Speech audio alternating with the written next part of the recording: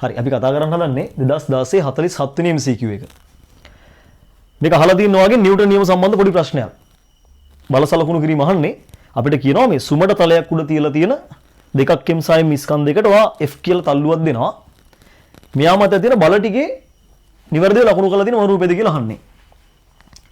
උත්තර පහේම අභිලම්බ ප්‍රතික්‍රියාව සහ බර මාක් කරලා තියෙන එකම විදිහට. ඒ නිසා ඕක චෙක් කරා කියලා උත්තරේට යන්න බෑ. ඒ වගේ චෙක් කරන්න එපා. වෙලාව අපරාධ MCQ නේ. කල්පනාවෙන් හැදුවොතින් ඉක්මනට උත්තරේට යන්න පුළුවන්. එහෙනම් ඔය අභිලම්බ ප්‍රතික්‍රියාව සහ බර චෙක් කරන එක පැත්තක තියලා අපි මේ අතර මැද ඇති වෙන බලය චෙක් කරලා බලමු. මොකද උත්තර පහේ ඒවා වෙනස් වෙනවා මේ. හැම උත්තරයකදීම මේ දෙන්න අතර ඇති වෙන බල තමයි වෙනස් විදිහට දීලා තියෙන්නේ. ඒක හොයාගත්තොත් ඔයාලට උත්තරේට යන්න පුළුවන්. පළවෙනි එක වෙන්න බෑනේ. මොකද පළවෙනි එකේ බලයක් වට දීලා නැහැ. මේ දෙන්න අතර අනිවාර්යෙන් බලයක් ඇති වෙනවා. දෙන්න ස්පර්ශ වෙන නිසා. එහෙනම් උත්තරේ එක වෙන්න බෑ. ඊට අමතරව හතර වෙන්නත් බෑ. මොකද හතරවෙනි එකේ මෙතන අභිලම්බ ප්‍රතික්‍රියා මේ දෙන්න අතර ප්‍රතික්‍රියා බලයක් දීලා නැහැ. එහෙම වෙන්න බෑනේ. මෙයා මෙයාට බලයක් දුන්නොත් ඒ හා සමාන බලයක් මෙයා විසින් මෙයා මත ඇති කරනවා. ක්‍රියාව සහ ප්‍රතික්‍රියාව. උත්තරේ මේක වෙන්නත් බෑ එතකොට. උත්තරේ වෙන්න ඕනි මේ තුනෙන් එකක්. ගන්න පුළුවන් මෙහෙම. අපිට පුළුවන් පද්ධතිය පොදු තරණය හොයාගන්න. පද්ධතිය පොදු තරණය එන්නේ මේ දෙන්නම එක පද්ධතියක් කියලා ගත්තොත් එක ස්කන්ධයක් කියලා ගත්තොත් F කියලා බලයක් දෙනවා. පද්ධති ස්කන්ධය 3ක් M. එහෙනම් ඔයාලට පුළුවන් කෙලිම පද්ධතියෙම F සමාන M මේ දාලා තරණය හොයාගන්න. ඒතර පද්ධතිය තරණය සමාන වෙන්නේ තල්ලු වෙන්න හේතු වන බලය නැත්තම් බාහිර අසමතුලිත බලය ස්කන්ධයෙන් බෙදුවාම එන අගයට.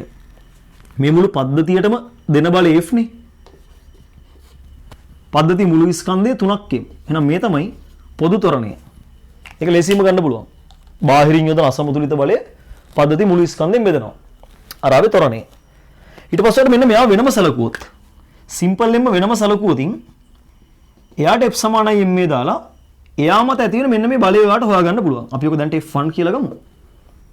සිම්පල් M ට දාන්න එයා ගමන් කරන පැත්තට F සමානයි M මේ. එයාව තල්ලු කරන්න එකම බලය තමයි F1. එහෙනම් ඔයාලට මෙතන F1 කියන එක්කෙනා සමානයි කියලා ගන්න පුළුවන්. මෙයාගේ ස්කන්ධයේ සිම්පල් M නේ. තරණය පොදු තරණයම තමයි. පද්ධතිය තරණයම තමයි මෙයාටත් තියෙන්නේ.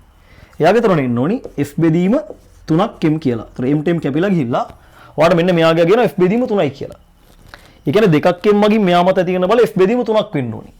ඒකේ උත්තරේ වෙන්න ඕනි 2. ඒහා සමාන බලයක් අනිත් පැත්තට ඇති වෙලා තියෙනවා. ඉතින් මේ අපිට මේක ලියලා ගන්න පොඩි වෙලාවක් ගියට මෙහෙම ලියන්න ඕනේ නැහැ. ඔයාලට එකපාර ගන්න පුළුවන්. පොදු තරණය එන්න ඕනි සම්ප්‍රයුක්ත බලය බෙදීම නැත්නම් බාහිර අසමතුලිත බලය බෙදන්න ස්කන්ධයෙන් F බෙදීම 3ක් M වැඩි කරන්න මෙයාගේ ස්කන්ධයෙන්. ඒතර මෙයා මත ඇති වෙන බලය එනවා. F බෙදීම 3ක් M වතාවක් M M ටෙම් කැපිලා F බෙදීම 3යි කියලා ගන්න පුළුවන්. ලේසි ගානක්. උත්තරේ එන්න ඕනි අංක 2.